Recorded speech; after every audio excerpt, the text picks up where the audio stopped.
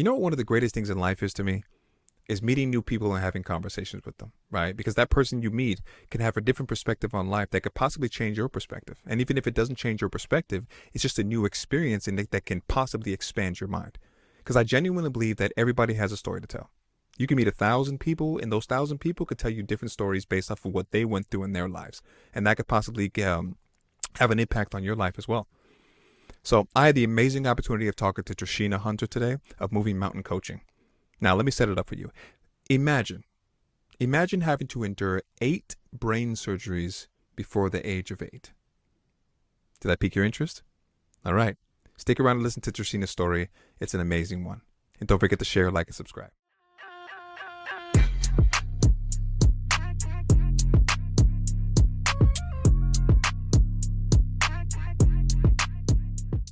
Let us dive right in because I am very curious. I heard a little bit about your story in the other podcast, but I definitely want to, I know at that day I had said something on TikTok, and you had commented and you said, "Oh, I had 12 brain surgeries," and I was like, wait. I've never heard or met anyone that has had 12 brain surgeries at all. So I think that's super interesting. So let's just dive in right away, and I definitely want to hear how that came about, how that started. How did you Was it 12 brain surgeries by the age of 8 or just 12 brain surgeries total? I'm pretty sure it was so it's at least 12. It might have been 13, I don't know. But it was I think it was 8 brain surgeries by the age of 8. Yeah, would have been 8 by the age of 8. I was very young. I started having headaches, and the doctors would say, she's just trying to get attention. She's trying to get her way. She wants you to feel sorry for her. You get in trouble with your parents, and then all of a sudden Yeah. you have a headache. Oh, she's just trying to get you to baby her and get out of getting in trouble. Um, but then when my mom and dad got married, she took me out to the military base to get checked out, and there was a vibration in my neck. And before I knew it, I was being airlifted to Wilford Hall Medical Center in San Antonio, Texas, Hmm. with what is called an anterior venous malformation, or AVM, which is your brain, like the veins in your head or throughout your body, I guess, are supposed to just be like this lazy river, and they're just supposed to flow and do their thing. And when you have an AVM, they're matted together like that rubber band ball, Hmm. in the office. So I had one of those in my brain, and I had a major artery that was feeding that AVM. And the first operation was, I believe, 8 hours, which was just to clamp off the artery that was feeding the AVM. And the second operation was to remove the AVM. Back then, from my understanding, like they clipped each vein, right? Hmm. So it was 18 and a half hours before we had all this laser technology and stuff. We're talking like 1986 or Oh 85. wow. And so after 18 and a half hours, my brain hemorrhaged. And they're like, yeah, we had to close her up. We didn't get it all. We have to go back in, and we're going to check and see what's left. Miracle occurs. They do the angiogram, and they're like, okay, we got it all. We don't have to go back in. Thank God, she's fine. They put a plastic plate, like made of putty, in my head instead of replacing the cranium there. Hmm. And what happened? So I think it was like 4 months later, we were back home, and I had a temperature of like 103. Wake my grandparents up first thing in the morning, and that plastic plate had gotten infected. So now I'm back in the hospital. That plate had to be removed. I had brain and then my skull all through first grade. Um, I had to wear a helmet. And then, of course, they had to put the plate back in, and the plate sunk. So I had like this crater in my head that, of course, you didn't know about if you couldn't see it. Yeah. And then I think there was, that's when I had the hydrocephalus and a What's brain what's infection. what's hydrocephalus? Yeah, it's like additional fluid on the brain. It's kind of common in kids. And in my case, I believe there was an infection associated with it. Hmm. I mean, like to see it is really magnificent because I've got these records that are this thick from like 1980 something. You still got those? I still have, and it's really crazy because they're like 6-year-old white female. I was like, well, that's They said 6-year white female. promise. 6-year-old white female They didn't presents. ask. They asked no questions. Hey, are you are It your was are your are your parents? Because I'm dark. Are your parents like lighter? Is So that why I'm they I'm said that? biracial. My mom is white. My Uh-huh. dad is black. I was raised by my stepdad. Um, but yeah, it was just really interesting. I don't know if it's because my mom, they were like, okay, she must be. I don't know, Yeah. but apparently they didn't see the kids. It was All good. interesting. Simple It's mistake, all I good. guess. Yeah, we'll just go with it. I'm here, right? Whatever it was, Exactly. worked. Yeah. So that's Uh, kind of like the short of how that happened. Um, were I you know it scared? was like me. Were you scared? Because I mean, I think back to like that age, and I'm like, if any of that would have happened to me, I would have been terrified. Like terrified that I'm not going to be here anymore. Like, were you scared going through this? Yeah, in some ways. Back then I was still sucking my thumb, Hmm. and I was really nervous. I was like, all the other kids in ICU are gonna make fun of me because I'm sucking my thumb to get through this, and I'm scared. Yeah. So I was like forcing myself not to suck my thumb. Damn. And back then, AIDS and HIV was just barely kind of coming on the scenes Hmm. and barely being talked about. And I guess they figured because I was a kid, I wouldn't know about it. I wouldn't Hmm. understand. But they would talk about it, and I can't remember which way it went. Either I was on the sixth floor and that wing was on the eighth, or vice versa, right? Hmm. But you heard them talk about the hazmat suits. We don't understand what this is. That floor is on lockdown, and this virus we don't understand. And I can remember having nightmares of being stuck in ICU on that floor by myself and couldn't get to my parents because they didn't have a hazmat suit to get to me. And it was quite frightening during that time, and it was kind of a trip. My daughter and I, which I had never watched this show for whatever reason, was American Horror Story, Uh-huh. and I was like, the writers like stepped into my brain and snatched that nightmare out of my head and put it on screen. Hmm.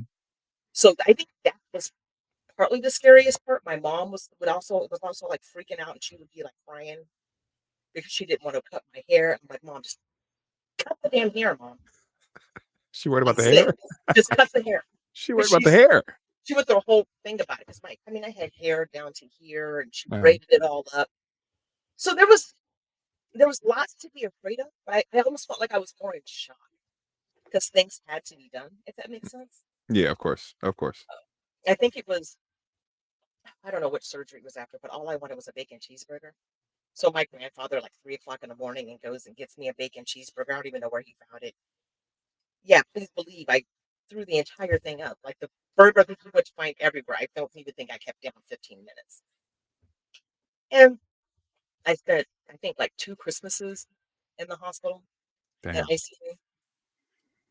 Um, but the nurses made it really special. There was a nurse named Dorothea, and I don't know where she is, but she gave me this beautiful necklace that I had for years, and I had every Care Bear. Like all the nurses made sure I had all the Care Bears that's amazing. and Pound Puppies and all the 80s toys that were like really the thing. I was just surrounded with them. So Shout out to all the nurses out there, all the good nurses. yeah, they were. So I guess in answer to your question, did I feel fear? Wow. I don't know. I feared that wing upstairs. I know that for a fact. That was really scary because it was all like mysterious, Hmm. and nobody knew what was going on. And even the doctors, like you could smell the fear on them when they talked about it, or the nurses. Yeah. Um, I don't know how afraid I was going back and forth to the surgeries. I can remember like finding my pulse years later. Finding your Um, what? my pulse like years later because remember that was that vibration in my neck that put Yeah. me into the situation to begin with. So I found my pulse and I freaked out. I was like, "Oh my god, the vibration's back! Now we have to do this all over again." And the fear that I remember having was after it was all said and done, and I was done having surgery. My fear for my entire life was that I would have to do it again. I'd have to go back and Hmm. relive that experience and have to go through all that. And then lo and behold, in 2007, I was hit by a drunk driver. 2007. Yeah, it was 2007. I think it was December 1st, 2007. How long in between, let's say, like when you were about 8 years old, up until like let's say that accident, was everything fine from back then until 2007? Yes and no. So I always had chronic pain, fatigue, things like that. So I was diagnosed with fibromyalgia in 2017. I mean, Hmm. no, at the age of 17, not 2017. Sorry. So when I was 17 years old, I was diagnosed with fibromyalgia, had chronic pain. I was always fatigued, always had headaches. I would go numb, like my left side would just go numb. My grandmother would say things like, "You're really favoring your left side right now." Because when I think it was after the second surgery, the major one, Hmm. that I had my first and only grand mal seizure. And so I lost feeling in my left hand side. I couldn't grab a ball. I couldn't play catch. Couldn't open a door. Things like that. I couldn't do anything with my left hand. So that was really. In addition to that, I had to learn how to walk all over again. I had to learn how to talk. I had to learn how to read again. So it was hard. Like my grandmother would let. She hired all these tutors, and it was like you have to study. You can't fall behind. So I didn't skip any grades, even though I spent most of kindergarten and first grade in ICU in the hospital. I was never held back, and I just pushed through. So fast forward, like all that time that I was in pain and sick and all of those things. Well, I had learned at like 7, this is normal. You just push through this, and that's what you do. Yeah. Yeah, that makes sense. Like this is all you know at that time. Like, so So it was a lot. When the drunk driver hit, so going back a little ways to drain that fluid off, I had a shunt, and it is a big part of the story, I guess. A shunt is just it drains fluid from your head to your stomach. okay. So I was gonna ask national you about that because I heard that in the other. I was listening to the little podcast before, and I heard that, and I was gonna ask you what shunt is. Like, what is that exactly? So it's called a BP shunt, and there was two catheters. There was a catheter here at the top of my brain, Hmm. and I didn't know till I was grown there was a catheter like in my chest cavity. And what it does is it goes down behind my left ear, down into my stomach. So all that excess fluid was being drained off of my head onto my stomach to relieve into my stomach, for normal excretion to relieve pressure. Hmm. Um, and that was something I was told they were like, we put 6 feet of tubing in there. She can grow to 6 feet tall. She's going to have it for the rest of her life. And they want her to be able to take it out because it's calcified. It's like part of the crew, part of the ship, Yeah. like when the crew just rose into the ship in Pirates of the Caribbean. Hmm. That was my shunt for me. But in 2007, sorry, I'm at a stoplight with my then 3-year-old daughter in the back seat when we get hit by a drunk driver going 65 miles an hour at impact. Damn. The shunt, again, at this point, I'm like 27, 28. That shunt that they told me I would never be able to get rid of snapped in two places in my neck. Ooh. I get out the car. My daughter, for whatever reason, is crying. She thinks I'm going to be arrested. It was really weird. And then I passed out like cold. So here, my then 3-year-old is with these strangers, and I'm passed out and being taken by ambulance to the Hmm. hospital. We get there. Doctor has no clue. He pulls up this X-ray of my head, and I can see a blank space and a blank space. And I cuss. I don't know if you can cuss on your podcast. But I'm like, and I'm like, mad. I'm like angry, angry, angry. And he's like, why are you so angry? I'm like, this effing bee broke my shot. Oh, you. By the way, you can curse. Do you think? I was like, oh, this fucking bitch broke my shot. Like, what the fuck? And I mean, my grandmother's sitting there, everything. But I'm seeing what's happening. I'm seeing these spaces and what used to be just a white tube on the X-ray, right? Hmm. He's like, what are you talking about? My shunt's broken here and here. I didn't find the doctor to fix it till 2009. So from 2007 to 2009, it was just just there, broken. Nobody would touch it because it was like installed. I'd say that like windshield wipers, right? Yeah. In like 1987. The doctor's like, we didn't put it in. We're not fixing it. Dang. That thing is so old. We're not touching that. Ain't no way. It's a like probably like that's a liability for them, I guess. But damn, somebody's got to do their job. Somebody's got to help. Yeah, and then finally, I found a great doctor, whatever, Dr. Dan Lieberman. He was amazing, just a great, amazing soul. And he got it done. It was outpatient, spliced it, sent me home. Everything's fine. Go about my life. It was in July 2013. walking down the hallway, and all of a sudden this headache kicks in, and they call it that sledgehammer headache. I had never heard of it Uh-huh. at the time. But man, is it Gio or Gio? Gio. Gio. Yeah. And my grandma took me to the floor. I called my grandma. I was like, "Yo, if I don't make it till the morning, I love you." Because this, You like, that's how bad it hurt. I thought I was you gonna die. you thought you were gonna go right there? Man, it was terrible. So of course I went to the pain doctor that I was seeing for fibromyalgia, and I guess they ran a CAT scan and never gave me the results. They said they faxed them to my primary care doctor, and I didn't find this out till February. So in February, the headache comes back, but it's like going down the right side, and I'm telling you, it's radiating down to my kneecap. Mhm. I can't even stand up straight. And I go in, and she's like, I'm like, so I need you to fix this because I have a whole event of things that are going on. It's MLK weekend. I got stuff Friday night, Saturday, Sunday, and Monday. Fix this now. This is like Thursday. She's like, sweetheart, we can't fix that till you fix this. And she holds up this piece of paper, and I'm like, what the fuck is that? Oh, you have a blood clot in the central artery of your brain and one in your neck. It came back on your CAT scan in July. I'm sorry, what? When were you going to tell me? When were you going to tell me that I was a time bomb walking around? And I'm sitting here in my mind going over everybody because I wasn't always a life coach, right? I'm going over everybody I done cussed out, you know what I'm saying? Everybody I done got Mhm. ticked off on and should have kept my calm. And I'm like, you just weren't going to say anything. So insert, you need to see a vascular doctor. And they don't refer me anywhere. They're like, call around. Good luck. And I went through the same thing. Nobody wanted to touch it. Finally, again, I called Dr. Lieberman. And I'm like, yo, fix it again. He's like, yeah, sweetie, I can't fix that. I'm like, yes, you can. Remember, you fixed the other thing. You don't want me to touch that. Why was he saying he didn't want to touch it? Because, in neurology, you have these different specialties, right? Mhm. And he was like, nope, if you were my wife or my sister or my mom, I'd refer you here. So you first we took this out of the doctor, and this was on February 13th.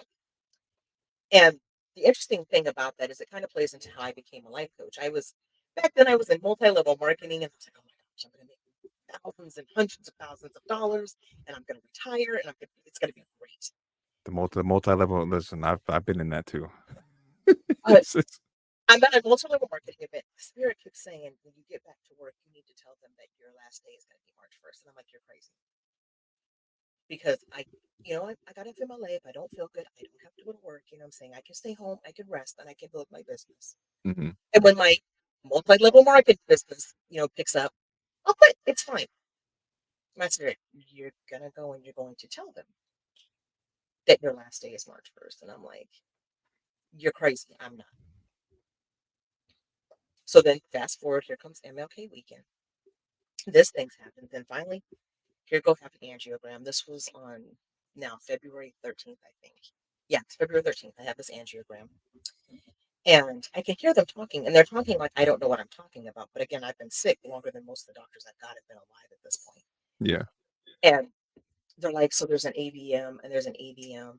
And I'm thinking that they should fix it right then and there, and they're not. So I'm like, oh my gosh, they're just gonna let me die. And mind you, we're talking about fear as a kid. I'm a full blown adult, single mom with two kids. And I'm like, yo, they're just gonna leave it there and let me die. You guys are just gonna leave it there and let me die? Like, but it's an AVM, you're supposed to fix it. Sweetie, we can't fix that here. Because they had talked to me about things like oiling it and things. I don't know what the heck that means. I'm Was like, it was it fixable? I mean, I'm sure you got it fixed, but like at the time, like, was it something that could have been done or no? no, because they mentioned things like, being able to coil it and things like that, which I Mhm. honestly don't know what it means because I never had that happen, right? Yeah. Mhm. Um, then afterwards, they talked about, it couldn't be coiled. And then they talked about gamma radiation, which is, I guess, they zap it with radiation and hope it shrinks and goes away. Mhm. And then there was resection.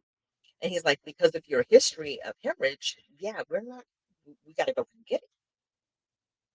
So the day before my 34th birthday, April 14th, 2014, I had brain surgery again. Single mom, two kids. And there were two ABMs. They were hoping they could get it all. They got it all. I think it was on a Thursday maybe. By Sunday, I was home cooking. Sunday, I was in the kitchen making salmon and broccoli. I swear. H- how? Everything was just how? Yeah, I'm like, how? How? How? I don't even, Gil, I don't even know. Everybody's like, "Are you serious? Like, why are you not laying down? What's going on?" I wanted salmon, so I got up and made salmon. Are you? Let me ask, are you one of the people? Are you one of those people that's like, you are like your love language is like care for other people, or how do I don't know how to I don't know what it's called. Like you'll do anything for other people, even though you're going through something crazy. Are you one of those kind of people? To the fault. But I don't even know what that's what inspired it because, you know, you've seen the second Hannibal Lecter movie when he's like, right? No, actually, it was the first one, Silence of the Lambs. Silence of the Lambs, yeah. I don't know, whichever. Did you know the human brain feels no pain, Clarice? I can tell you how true that was. Like, I don't think the brain was hurting. I think the incision was. Mm, yeah. So I just went about my business. But, so that was 2014. 2014 was a rough year. In October, we lost my grandfather.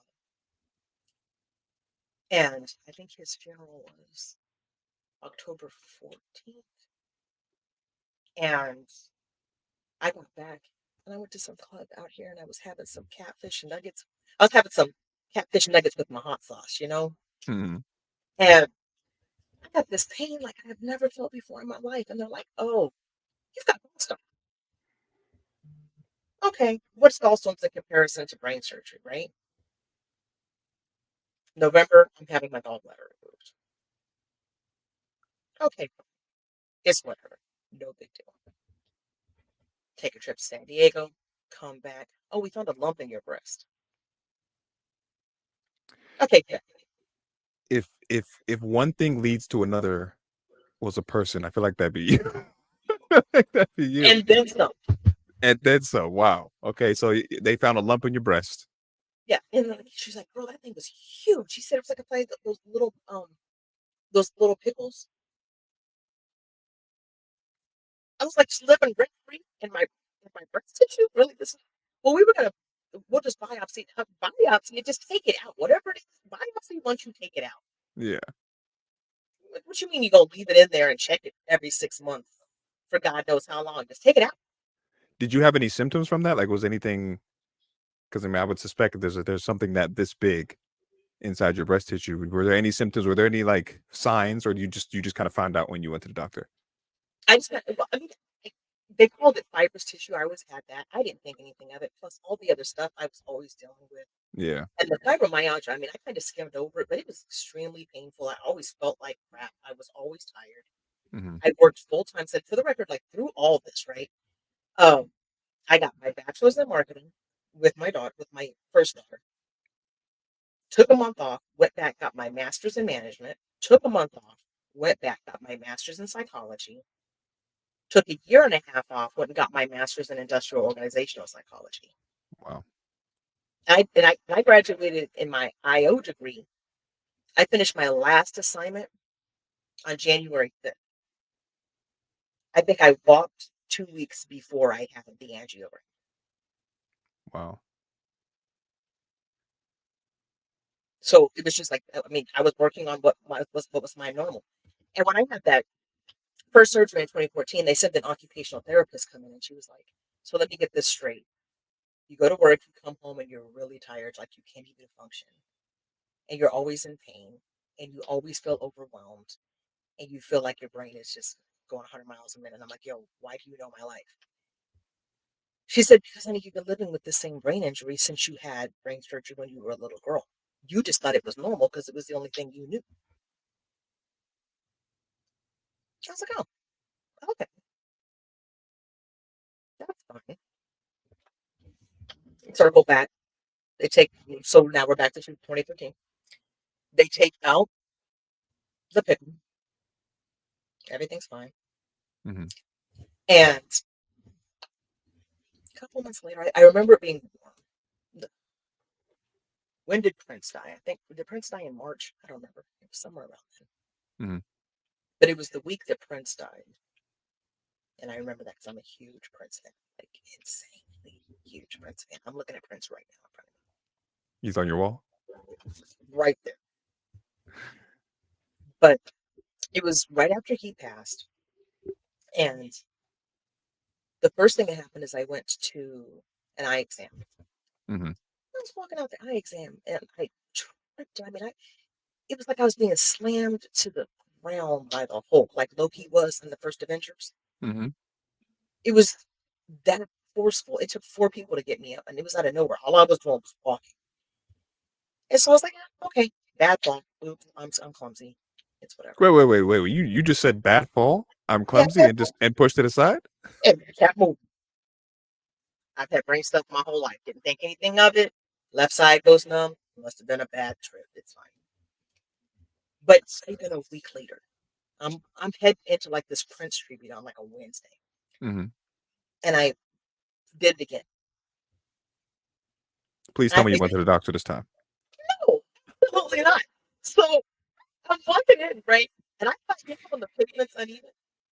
Uh I huh. thought I just stubbed my toe, pavement's uneven, but it happened again. And it was just like I felt break, and I broke my fall with my finger. But it was a Prince tribute. Prince was dead. I was really in mourning. You said I just listen. I'm still in I done mourning. felt twice. I'm still going to see Prince. Yeah, still in mourning. So I go in, and the security staff knows that I'm injured because I'm hobbling and I can barely walk. They give me a chair, right by the stage. It's whatever. Why is my finger broken? I got all kinds of bruises. I'm just like fine. It's whatever. So finally, I make an appointment with my neurosurgeon, Mm-hmm. and he's like, "So I think you don't need your shunt anymore." Well, that's all fine and dandy, but remember they told me it can never come out, like it's got to stay. No, we're not going to take it out. We're just going to turn it. It's a really simple procedure. It only takes 20 minutes. You don't even need me for this. One of the residents can do it. You're fine. Yeah, one of the residents can do it. My ass. When are you here? Because he was going on vacation or something. Yeah. We'll do it before you leave or when you get back. Resident.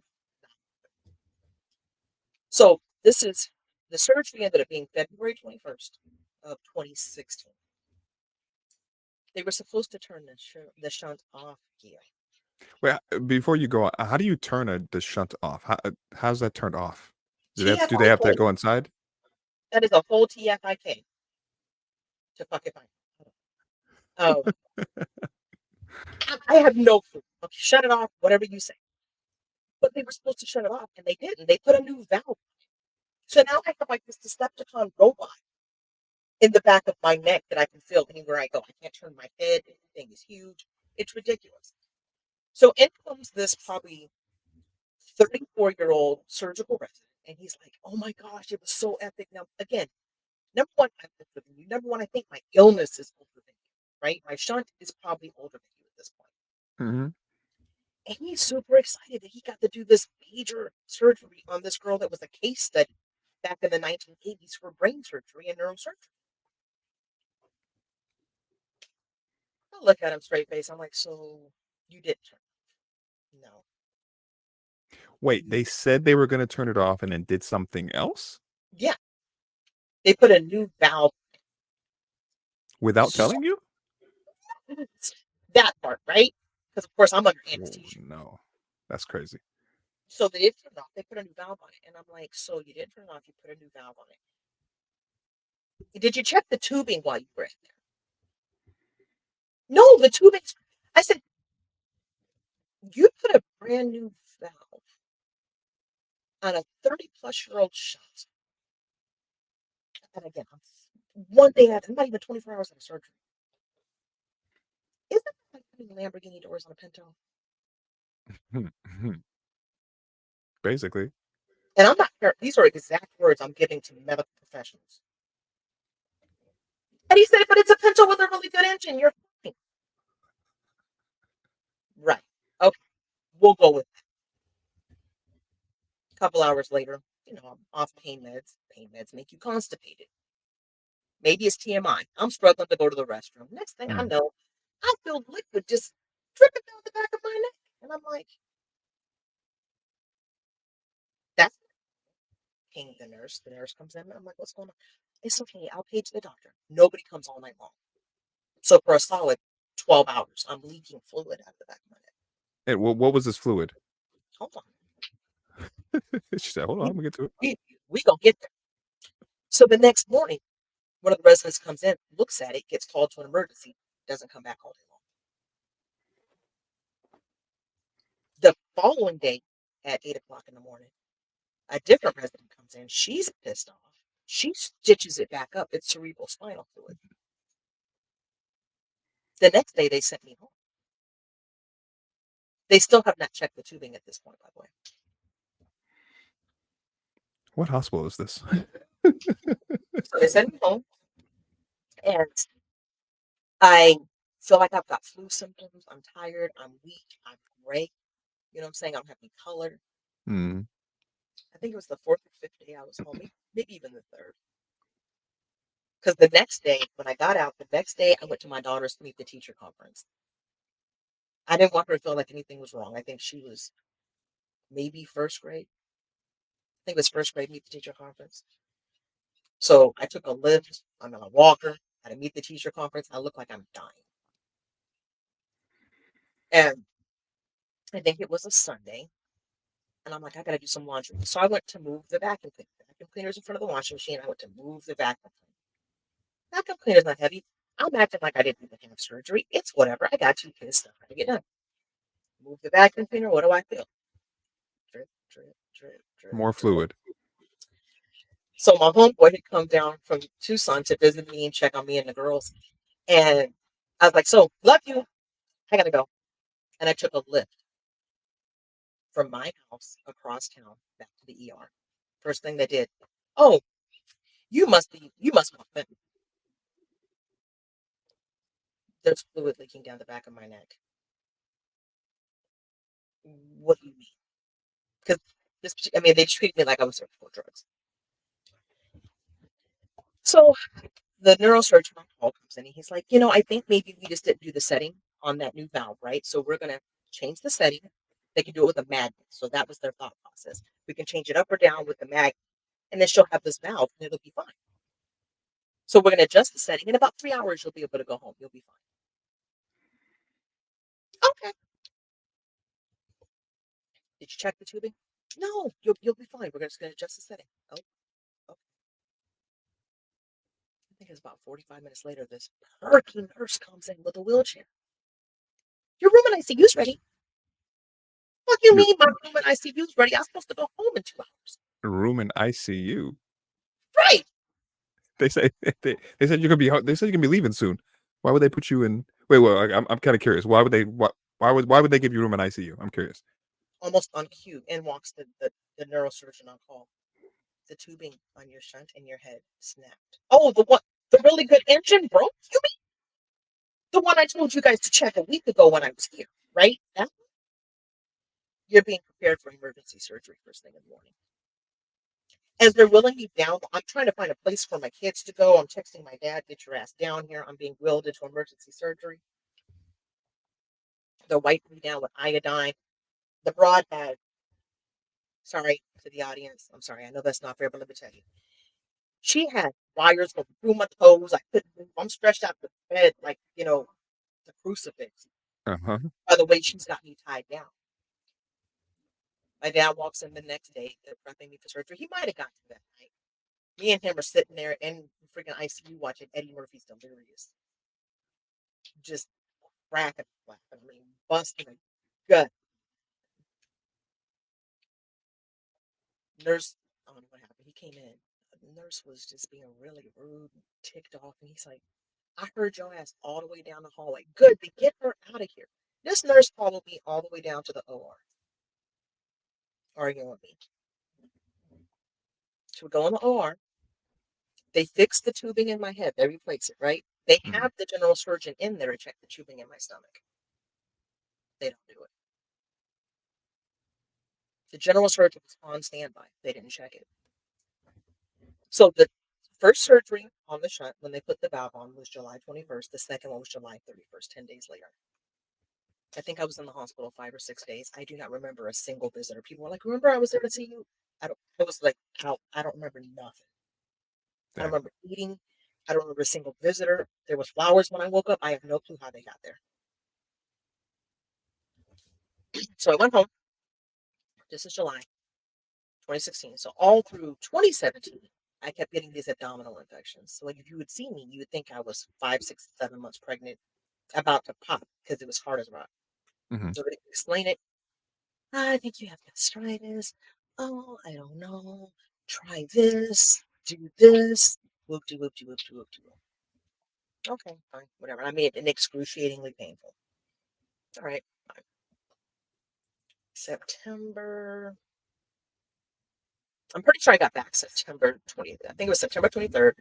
My favorite sister calls me. I mean, like if she says come, I'm there. I don't care. I don't care if I got antennas coming out of my head. I'm going. Hmm. But she called, and at that point, I had been there. I was feeling kind of down and depressed. And she FaceTimed, and I was like, "Damn that! I'm coming to see you. Tucson's an hour and a half away." So I go down. I sleep on her couch, and this is like on I think on a Saturday. We came back Sunday.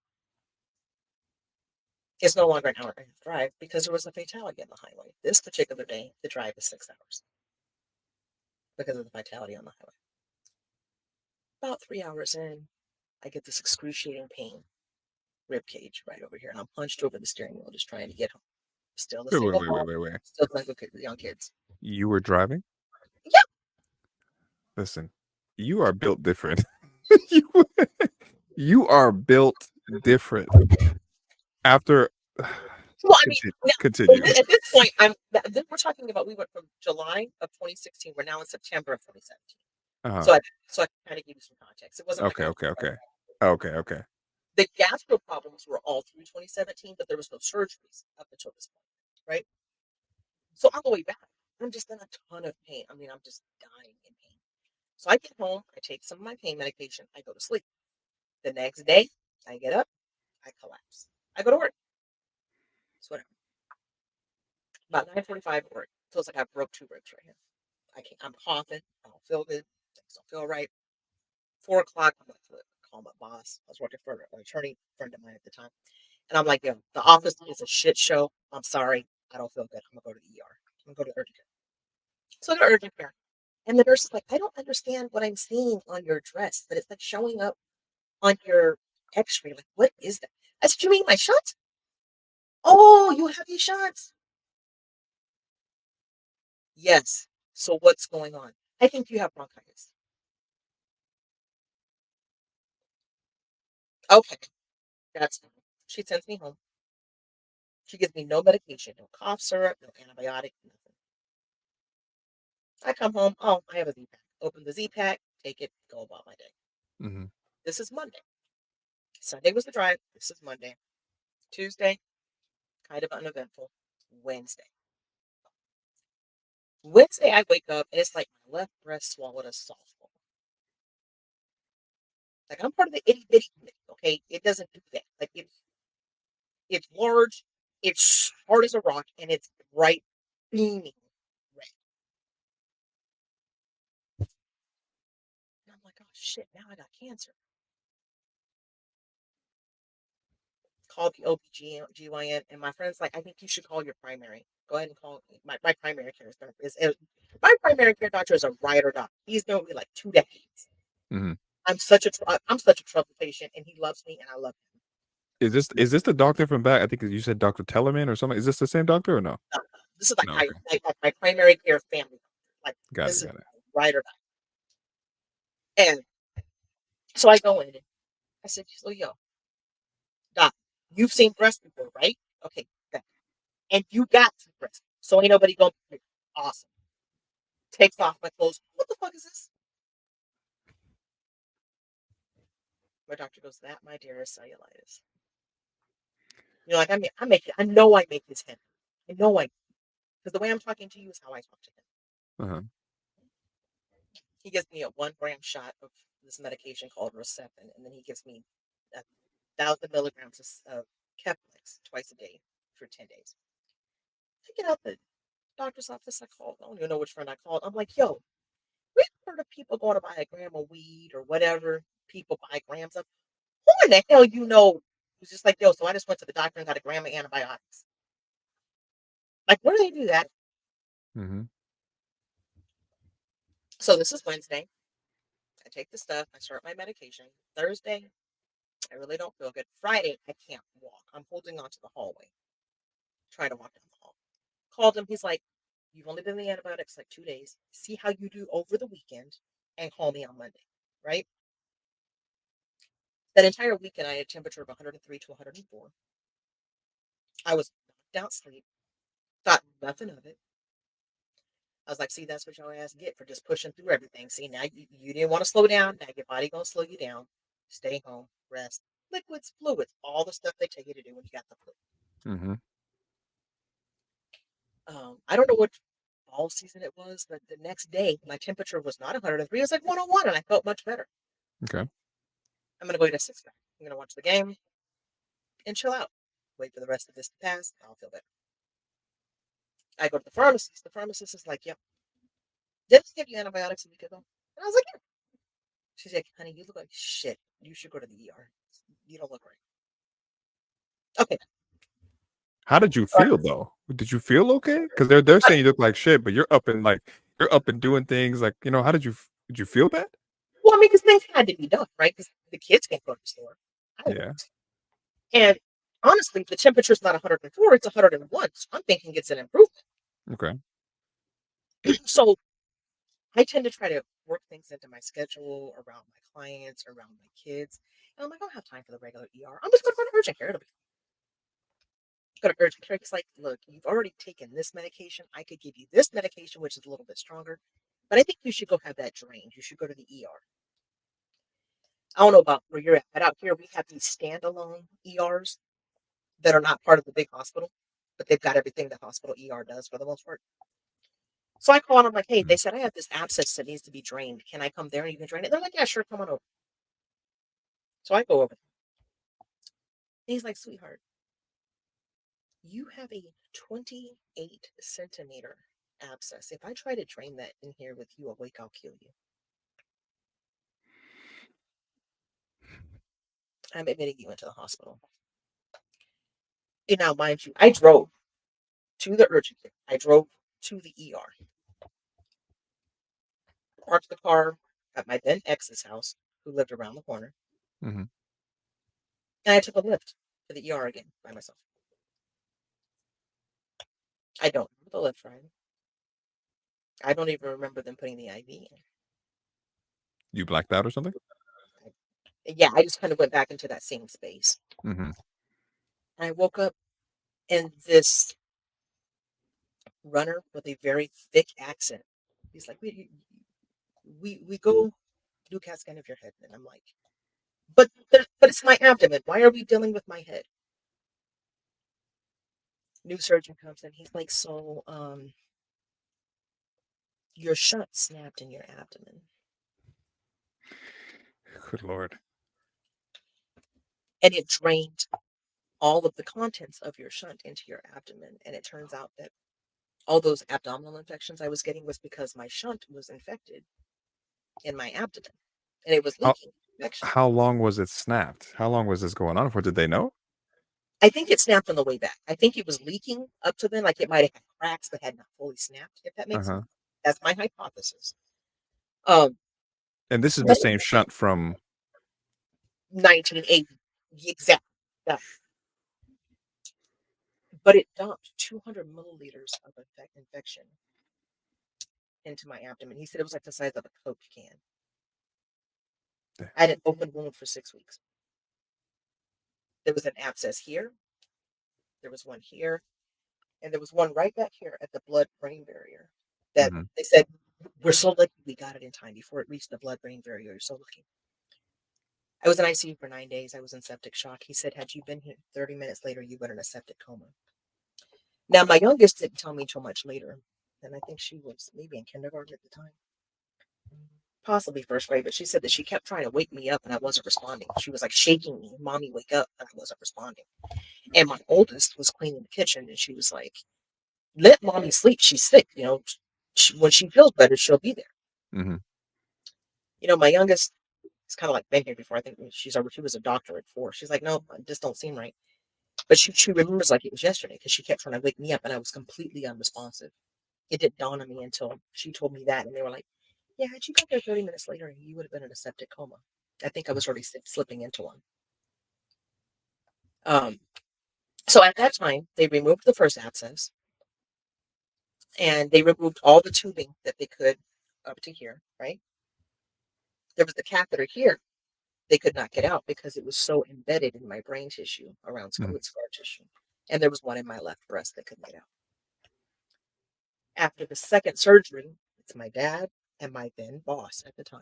They're sitting in ICU and they cracking me up. Remember, Daddy and I were watching Eddie Murphy's Delirious before we went to the last surgery. So this is just how we deal with this. Mm-hmm. Daddy said, "Did she shut the fuck up while you had her intubated, or was she talking then too?" I laughed so hard I went into a stroke. Damn, that. Like my top number hit 209. Damn. So it's like, oh, okay. Um, they changed the gauze on your open wound. I think the doctor came in like second or third day. Daddy's sitting in there. She comes in and she's like, "So, when was the last time she had her pain meds? She's not due for. You might want to give her something. This is gonna hurt a little bit." They give me my pain meds. She doesn't wait 15 seconds, and she's ripping gauze out of my abdomen, and I'm screaming. Never, man, when I tell you, I ain't never felt pain like that in my entire life. My dad was like, "Yo, you was in the army, weren't she?" She was like, "Yep." Because in the field, you ain't got no time for that. So she's just ripping stuff out of my abdomen. I don't even know what's in there. The next ones won't be that bad. And she walks out. The next ones, there was more. Yeah, I had to do it every day. I think it had to be done twice a day, maybe. I know it had to be done at least once. So from then on, me and my nurses had like a spiritual experience. You gave me the good drugs first, and then you gave me the after drugs that kick in after the fact. Put Mm-hmm. on some good calming music. Like, let's make this a whole ritual. Because when I tell you, yeah, there are like my eyes are just thinking about how it hurt, right? So they took me out of work, out of the hospital on October 6th. At that time, I'd had two surgeries. They could not get the catheter out of my breast nor the one in my head. The surgeon did not feel very good about that. He felt like he failed me. The doctors give real specific instructions. They say things like, go home and go back to your normal life as best you can. And don't drive crazy, causing anything. That was Tuesday. I went to work the next day. Why are you like this? I have no idea. Yeah, why are you?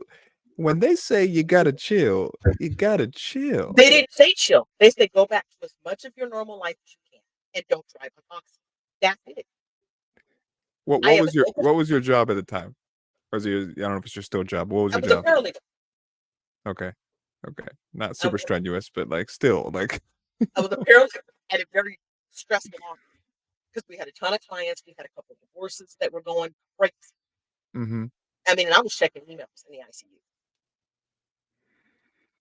But I have a PIC line in my arm. They've already switched the PIC line once because I had three blood clots with the other one, Mm-hmm. which apparently are serious. Back then, if it wasn't brain surgery, I didn't consider it serious, if that makes sense. It's not Mm. brain surgery, it can't be that serious. It's your normal is at a different level than the rest of us. Like Yeah. you're up here. We're like down here, like, what? That's crazy. You're like, it's not that bad. But so they had to switch the PIC line. So I'm having to give my whole house in the hospital. I've got boxes of IV medications all over the house. Mm-hmm. I got an open wound that I got to clean, and then somebody comes and deep cleans, like housekeeper once a week, and I'm at at the office like nothing ever happened. Wow. The I'm very allergic to a certain class of medications, and the only medication that would treat this bacteria happened to be one that I was allergic to, or IV antibiotics. So the IV antibiotics went on for 6 weeks. I had to deal with infectious disease because they come in when I came back from visiting my sister. My sister has six kids. At the time, she had four, right? Mm-hmm. And they're like, "Honey, you are so sick." I'm like, "Yeah, I was just at my sister's house. She's got like four kids, and they're all kids." He said, "Sweetheart,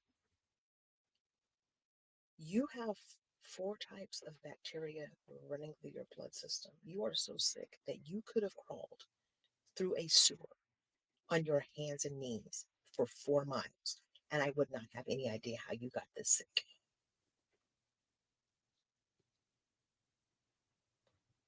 I was like, "So I'm pretty sick."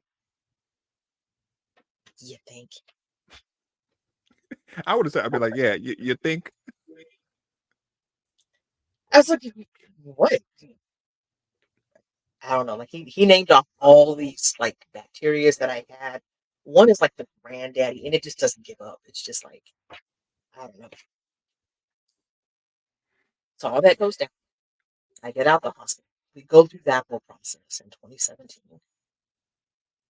2018 was fairly uneventful. This part up there that they couldn't get out because he kind of tried. Like he would just kind of peel, and it bothered me, and it peel, and it would bother me. And every Mm. once in a while, like it would, like some liquid would flow from the top of my head. I even went to the ER for it once, and they're like, "Oh, it's cosmetic, no big deal." I was like, "Bet." Left. My cousin was in town. I went and met him at a bar. Went hung out. Next Mm. day, I was making chicken enchiladas, and this was all within like 2 weeks of me getting out of ICU. Yeah, that's so I get out like that Tuesday. My cousin comes from Georgia that weekend. And that Saturday, he's like, "Yo, cuz I'm in town." I'm like, "Yo, okay, bet. I'm at the ER. Let me figure out what's going on with my head, and then I'll catch up with you wherever you're at."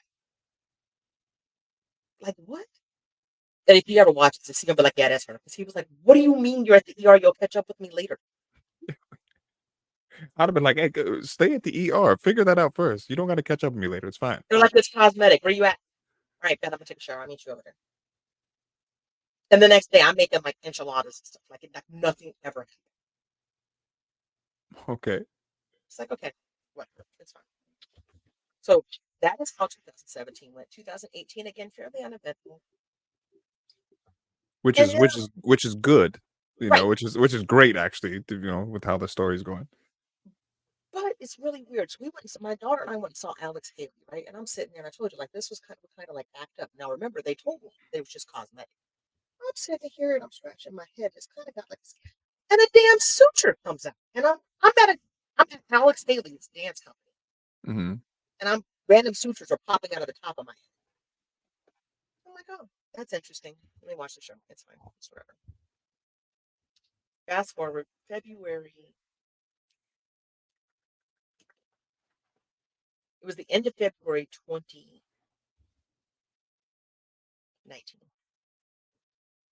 My daughters and I have been looking at a house. Things are looking better, so we're kind of like dream boarding it. Let's go house shopping. Last house I looked at, I'm all hot, like warm, plush, not feeling good. I was like, maybe it's the energy of this house. Okay, I don't like the house. It's fine. I'll look at another one. Daughter looks at me like, "Mommy, your head looks really red. It's always red." They said it was cosmetic. It's fine. It's not a big deal. No, Mommy, I don't think you understand. It looks really red. Hmm. It's on a Sunday. Monday, again, I don't know what it is with me at 4 o'clock. I'm at work, still at the attorney's office. I reach up, and there's like yellow and green pus, like crusties coming out of the top of my head. Yo, I gotta go. Like, there's pus coming out of the top of my head. I'll be back tomorrow. I'm sure it's nothing. I'm out. Come home. My youngest daughter's at her dad's. My oldest is here, and I'm like, okay, listen to me. Don't freak out. There's pus coming out of the top of my head. I'm gonna go to the ER. I'm not having brain surgery. I'll be back. I will Kind be back. Go in there. And my regular neurosurgeon, who I, again, best neurosurgeon in the world. He's heart of gold, real humble, love him. Almet, best ever. And he's not there. It's like the nurse practitioner. And she's like, "So he said that he wants to take that catheter out." I'm like, "But you guys told me that if you take that catheter out, like you'll pull out part of my brain tissue because it's like calcified into my brain. And I hmm. kind of need that. Like, I don't know what part that's controlling, but I have a feeling it's kind of necessary." And I don't have any real symptoms, I have like a scratchy throat. I don't feel good. I'm kind of tired, would like a nap. All of my vitals are fine. I call my aunt, who's a doctor, and she's like, "If your vitals are fine, I think it's okay." I just don't want them ripping out my head. So I called my daughter, who at the time, I think she might have been 14, and I said, "Baby, I want to talk to you." I said, "They want to take that catheter out." She said, "The one they told you would make you a vegetable, and I've got to take care of you for the rest of your life." Yeah, babe, that one. Mom, love you a lot. Really want you here. But if you aren't going to be you, I'd rather you be dead. Okay, I accept your proposal. That's fine. So we're not going to do that. I'm going to go home and get some Benadryl because right now my throat's just scratchy, like I got some allergic reaction. Left the hospital, stopped by Walmart, grab some Benadryl, go to the crib, take some Benadryl, go to sleep. I Just got a okay. question real quick before you go. Yeah, Were were you actually okay, or were you just scared about having another brain surgery? Were you kinda, like, pushing things like, kinda pushing things under, like, "Oh, it's fine, it's fine, it's fine." Were you actually okay, or were you scared? I am hyper task oriented. Uh, Meaning I do what needs to be done when it needs to be done. Mhm. They had tried to get that catheter out twice already. And they're like, it's too calcified. If we get it, it's going to rip out part of your brain tissue. And okay, save my life, be a vegetable, rip out the vegetable, leave it there, possibly die. Hmm. Those are good odds, right? Nobody wants to Nah, make either of those choices, right? that's tough. And, to leave two young kids with a vegetable for a mom after all they'd already been through, That's rough. I'll take my chances with the Benadryl because you've tried to get that out twice. And I mean, it wasn't your fault. It's been there for how long? I don't blame the doctor for not being able to get it out. It's just been there. So I go home. I go to sleep, and I think I wake up like at 9:30, and I've got a voicemail, not from the doctor's assistant or his CNA. It's from the doctor, and he's like, "Trisheana, could you come here, please? Like, I don't think you fully understand how sick you are."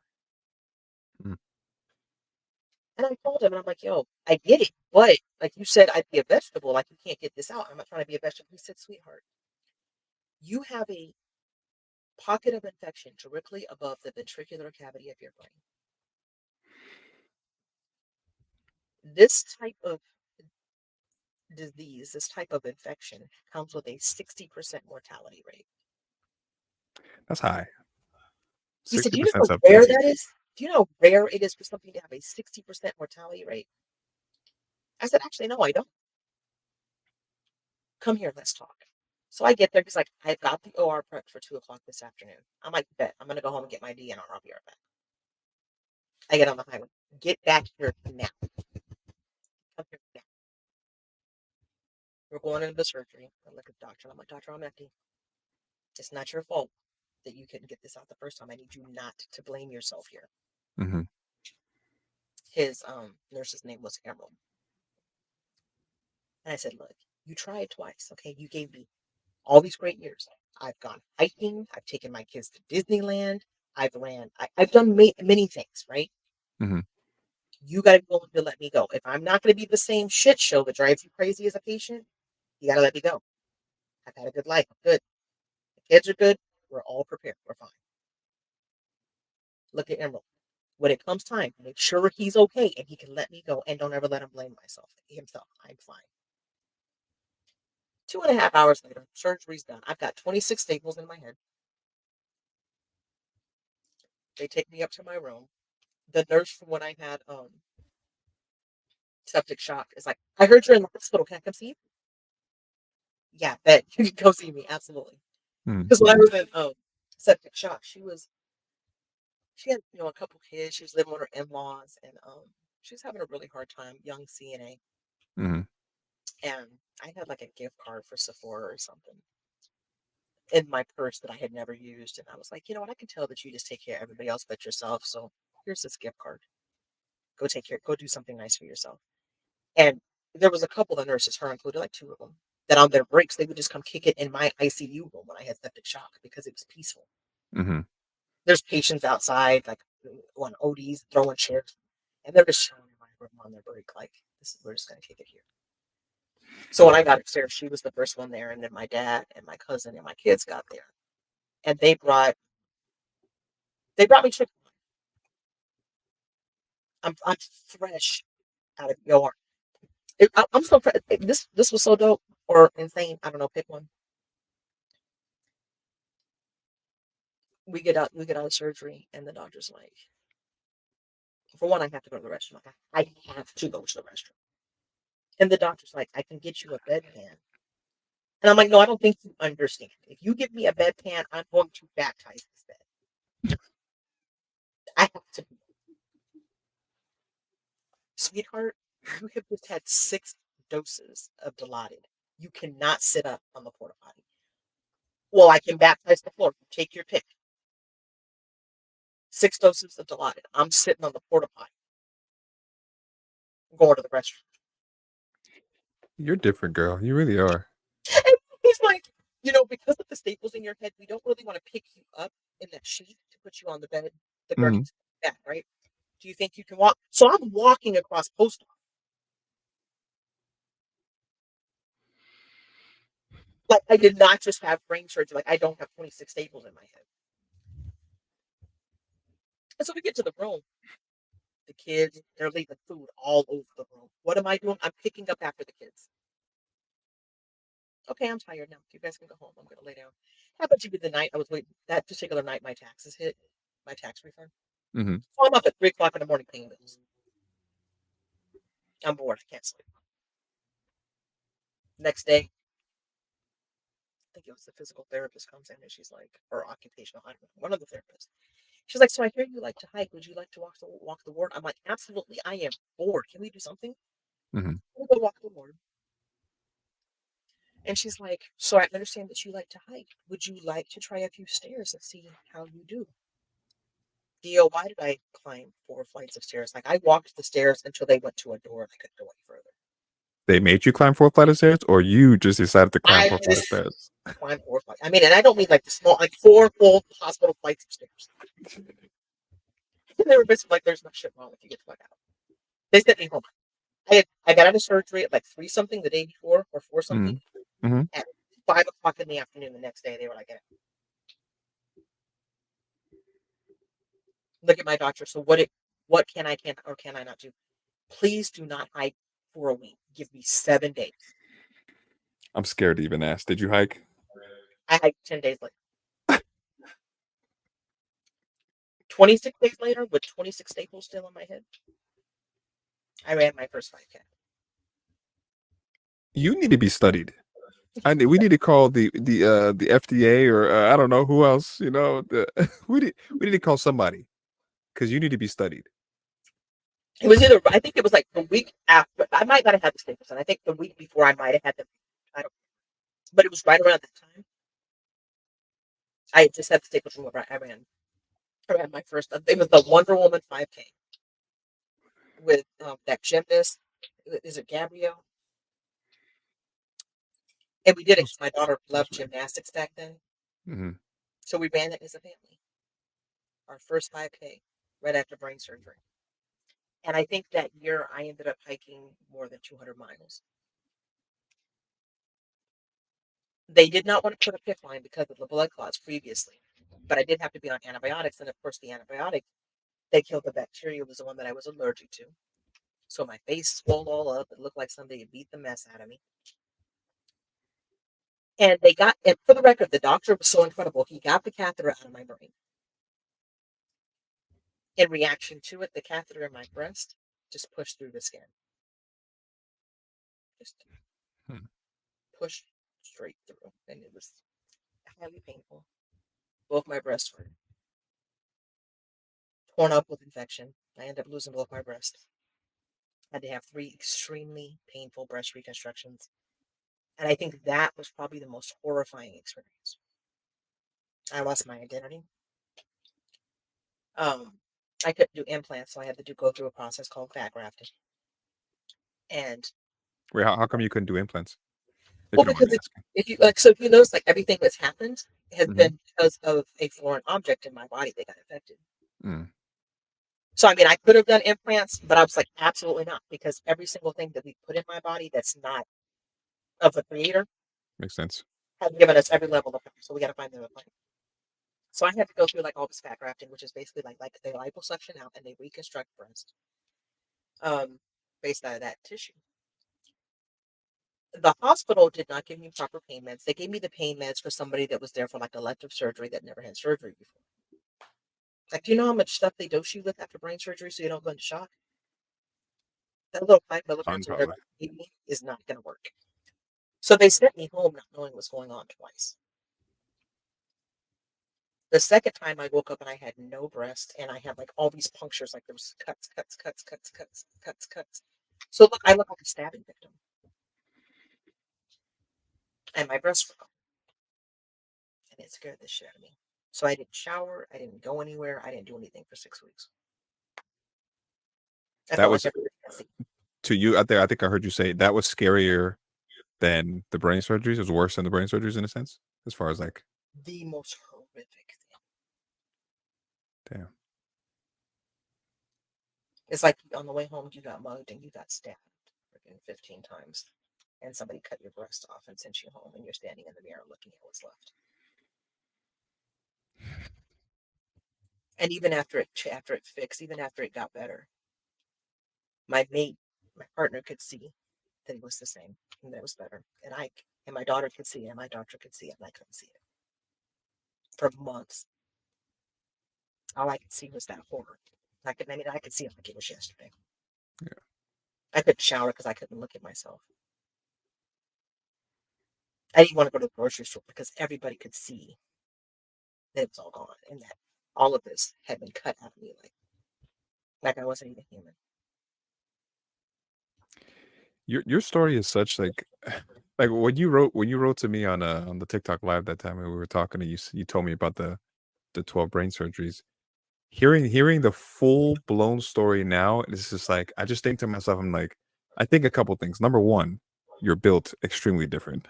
Like there's no one else. I haven't met anybody else like you.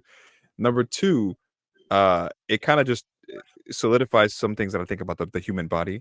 The human body, almost kind of feel like people say like there's superheroes out there. I'm like, I think we are the superheroes if you think about it. How much stress we can put our bodies through and then kind of come out of it. And then number three, your mentality has to be something insane to go through what you went through and then where you are now, which kind of leads you to my next question is, do you ever telling this story again, does it ever make you feel some kind of way about telling the story, or do you think about like, I know somebody else could hear this story and it could help them? How do you does it affect you telling the story again? Both. It's absolutely Oh, mm, both. Because even when we talked about the AIDS and HIV, that like when I saw that thing on American Horror Story, I was traumatized for days because I mean, mm, literally, they took my nightmare out and put it on the screen. mhm. And when I tell the story, um, different parts hit me at different times, but the breast reconstruction always hits. Like the most traumatic parts were like when that shunt broke, and I didn't know who was going to take care of my kids, so I'm being wheeled down the hallway writing goodbye poems to my children. Yeah, Um, and the breast reconstruction takes a lot to get past. Um, and the trauma of it. When your house turns into a hospital yeah, and you just blaze through, and then it's really interesting because people look at you and you don't look like you have a brain injury, so everybody expects you to be normal. mm, And when everything's misfiring and then you're overstimulated because your brain's not functioning the way that it used to because a part of it's dead. Like after everything has been done, I think the doctor said about a seventh of my brain didn't even show up to this conversation we're having here. yeah, It's dead. Like it turned to mush. There's like a triangle of it that just turned to nothing. It did not show up to our podcast here today. damn. That's so yeah. So with all this happening to you, you still have a very amazing view on life, from what I could tell. The way you talk, the way you carry yourself, and then I guess because you also have your company, which is, I don't know if you want to tell the people, Moving Mountains Coaching. Moving Mountains Coaching, right? And you're a motivational coach, speaker, things like that. Um, all of this, did you know this was going to happen? Did you know you were going to go into Moving Mountains Coaching and things like? Did this was this already a when you were going through the? I guess when did you know? When did you know this was going to come to fruition? What you're doing now? Um, when was it? So I want to say it might have been after 2017. It's possible. I was having breakfast with my cousin after after the sepsis. Oh no, it was after one of them. You know what I'm saying? I think it was probably after yeah, it would have to be the sepsis. But my dad, I would call him when all this stuff was going on, and I would be sobbing. My dad is in the military from Georgia, and he'd be like, "Sweet, you just got to keep picking them up and putting them down. Mm. You just got to keep putting one foot in front of the other."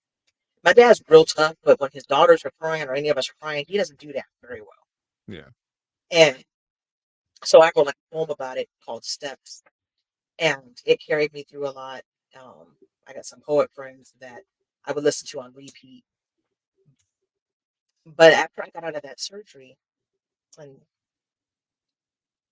through hiking, I was like, yo, if I can climb the mountain, I can move it. And sidebar, my cousin Camellia ended up doing a whole song. She wrote a song, music, and everything. Mm-hmm. And it's called Divine Order. And she takes all the things that I used to say, all the motivational mantras, and she put them in song form. But I'm sitting there having breakfast, and I was like, moving mountains. Okay, why do I need moving mountains? Calls GoDaddy. I need to buy moving mountains. Moving mountains is not available. How about moving the mountains? So I bought the domain moving the mountains. And then when 2019 came, so back in my multi-level marketing days, my upline, everything going had to have a smile on your face. Nobody could know you were hurting. You could tell them the testimony, but you Yeah. couldn't tell them the test, right? Mm-hmm. And in 20, I'm going to say it was the 2019. Yeah, it was the 2019 episode. Everybody knew I had brain surgery, but I made it look easy, right? Because it was like surgery went well. I made some salmon today. Me and the girls were at the valley. It's whatever. But instead, this time, when I got out of the hospital, the next day, my daughter had a self-led, student-led teacher conference. Mm-hmm. So I went to that, but I took a selfie every day. So bruised face, wrapped head, um, and I put like a blurb about how terrible it was, how shitty it was, how much it hurt, how painful it was. And then I became relatable, right? Because if I make it look easy, you think it's supposed to be easy, Mm-hmm. no matter whether it's cancer or brain surgery, you know what I'm saying, or a hysterectomy for that matter, right? It's supposed to be easy. She made it look easy. Why can't I do what she did? Yeah. So when I did that, I kind of developed a following. I spent a lot of time on Life Management Tribe, which was a social media platform founded by Rami Malco from Act Like a Woman, Think Like a Man. Mm-hmm. And I developed, a good friendship there. And because Oh, he was she in watched my he story. was in sorry, he was in 40-Year-Old Virgin too, I think. Is Yeah, that what is that that's okay, okay, okay. I know him from 40-Year-Old Virgin. I know him from there. right. But if you watch like my podcast episode with him, he'll tell you like his audience is very segmented. So his Uh-huh. 40-year-old virgin audience is not the same as his Act Like a Woman, Think Like a Man Uh-huh. audience, which is not the same as his A Million Little Things audience. Yeah. So I gained a following there, and I kept posting it, and people kept looking to me, and then they realized then that it wasn't easy. But then they would say things like, "You're so strong," and if I'd have a bad day, you can't have a bad day because then that means that I have to be different. Well, what the hell does that have to do with me? Mm-hmm. So it's like I had to be strong all the time. So other people, it didn't make other people sad. Yeah. But in all of it, like I would go to counselors and they're like fresh out of school with their LAC. And I'm telling them what's going on. And your facial expressions are better than theirs. They're like, oh my, how are you dealing with all that? Yo, I came for you to help me. Yeah. Why am I consulting you in my therapy session right Yeah. now? Why are you traumatized? Like, what is this? And that's when I realized that other people needed this. And I had been consulting in all these different ways for years. And I had my master's in psych and I didn't really need it, but I went and got a life coaching certification. And so now to date, I have coached well over 3,000 hours of clients. Um, I coach a lot of couples. I coach a lot of couples. And I coach professional athletes on who they are outside of the game. What's Mm-hmm. their plan when the league or the basketball association is done with you or the NFL? What's your plan? Like, who are you? Who are you? Who are you with your family with all the lights are off and there's no autographs to sign and the rest of that. And how do you bring that home and have healthy relationships and have a healthy relationship with yourself? Which is And then very important. Very important, by the way. I love it. And then I do mental health coaching. And I'm writing a book. Yeah, listen, let me just give you a round of applause real quick because everything that you've been through, like I don't even know. Like I picture myself as a pretty strong person, but I don't even know if I could go through that and come out the other end the way you came out. Everybody's kind of different. I think that's why you're special in that sense. And you literally moved mountains, like literally the stuff you went through, the pain, and what you were saying earlier. Yes, you do make it look extremely easy. The way you talk about it, the way you kind of went, you make it look easy, and I think it's really important to like put out there, like, yeah, it wasn't easy. It was painful, right? And like being vulnerable, and I'm glad that you're able to be vulnerable and stuff now. How long did it take you? How long did it take for you to be able to be vulnerable the way you are now and just be like talk? Because you seem like you could talk freely about it and open about it. I, I think it might have started being more vulnerable like in 2020, like around the pandemic. I don't know. Hmm. Because I've been very sheltered. I kind of developed, like, I don't like to go a lot of places. I don't do crowds. I do have legit PTSD Hmm. that can get fairly severe. Uh, but it took me a long time to figure out like my spiritual side of it. My godmother,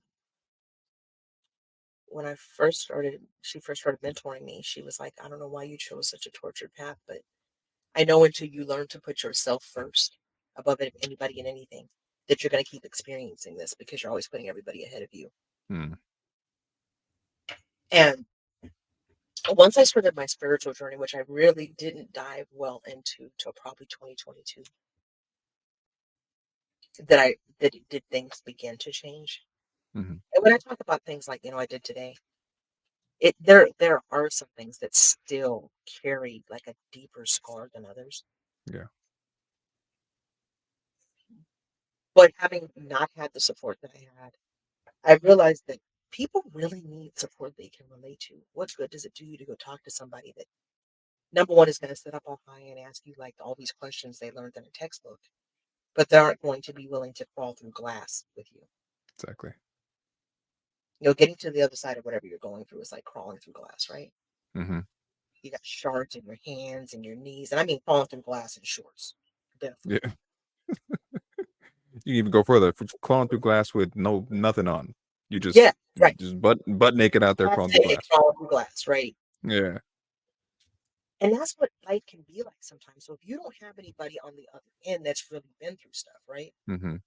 How can they help you do it? Aside from all the stuff I've been through, hurricanes.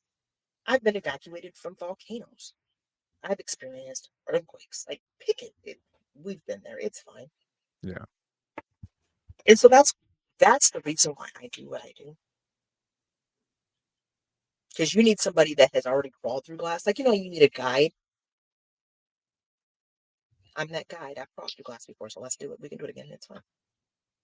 That's awesome. That's awesome. I'm glad that I'm glad you're doing that because I mean even when and that's I think that's the great thing about social media too because we can have conversations like this and it can get out there to people that let's say maybe won't be able to see you or whatever the case may be or maybe the people can start connecting with you because they saw it and your story can help them because even when I posted that day about when I was on live that day, there was a couple people that had said, "Hey, I've had brain surgeries. I'm kind of curious. I want to hear about this." Or a child is going through something similar to yours and things like that. So I commend you for that. I think it's awesome. I think you're doing something fantastic. Um, I do definitely want to one of these days I want to dive in and talk to you about the conversation about the coaching you do for athletes and things like that because that's I feel that's such we kind of talked about it off camera I believe on Wednesday and uh, it's so necessary because a lot of people don't know. I used to play professional sports, and what you dive into as far as coaching athletes for what happens after um, sports, after their career is over, and changing their identity, extremely important. So I think on another session, I definitely want to bring you back on. I 100% want to talk about that. It's something that's close to my heart because I got friends and I played and I still kind of go through that struggle of like, man, who am I because sometimes I'll be like things will kind of get a little hard, and I'll be like, let me just go play basketball again. But it's Yeah. like because that's like the easy route out versus kind of buckling down and saying, "Oh no, let's do this. Let's do this now. Change your identity. There's something else out there. Basketball is not your identity, or the sport is not your identity. You can be whatever you want." So, um, yeah. So I want to say I appreciate you for coming on. Honestly, it's listening to the story has been great. Hearing you talk about it is great. I can't wait for my audience to hear it. I can't wait for people to hear it. Um, and where can people contact you if they want to reach out after hearing your story? On all platforms, I am Moving Mountains Coach. Awesome. So same Awesome. thing on TikTok, Instagram, and Facebook, just Moving Mountains Coach. The website is movingmountainscoaching.com. And if you can see Gotcha. my name there, I mean, I don't know how many people got that name. It's gonna come up. Yeah, yeah, it's gonna come up. Yeah. I have to say, my kids laughed at me so hard because you are legitimately one of my two favorite TikTokers. I only watch you, and then I watch the Nara Smith girl, Uh-huh. so so that I can try some new recipes and make my own oat milk and all kind of weird stuff. But it makes me feel better about my life. But I watch all your stuff. And when I told my girls I was coming, Mom, you're so cute. You're so geeked out. I was like, but he's so cool. He's so much fun. Yeah, yeah. I'm sure we're on our next podcast too. We'll definitely have more fun. Your story was just so amazing that I didn't want to like have too much fun with it because it's such the story tells itself. Like if someone that's hears this is going to be like, wow, that's crazy. But yeah, 100%. I can't wait to have you on again, and we'll do it again for sure. I appreciate you very much. Thank you for hearing my story You are very welcome. You are very welcome. And and for always yes, bringing laughter too, because you are a funny dude. listen, laughter is one of the greatest things, except for the time where your dad made you laugh and you had a stroke. That wasn't okay. We laugh about it now. Like only daddy can laugh me into a stroke. And Uh, he's so still that way. We could talk about it later, but he's so off the chain. He'll call me Trisheana. Hey, let me tell you what, Dad. This is our boundary box. My daddy, laughter no. laughter is amazing. Laughter is amazing. I wish I don't know if that's how you deal with trauma and things like that. That's how I deal with. Well, I deal with trauma with like comedy and laughing. That helps me deal with things that are going on in my life. I don't know if that's the same for you or not, but that's how I handle my stuff. Laughter is just super important. It's important. Hmm. Going into these surgeries with the right mindset is what's done it. Like I was telling you that day that as we were preparing for surgery and waiting for them to come, we're literally watching Eddie Murphy's Delirious. And I mean, laughing like it just came out yesterday. Hmm. Your mindset plays a tremendous part, in how you live your life and your healing and what you can 100%. overcome. So, 100%. Again, thank you so much, and I look forward to speaking to you again soon. all right. I appreciate you and I'll talk to you soon. And thank you all for listening.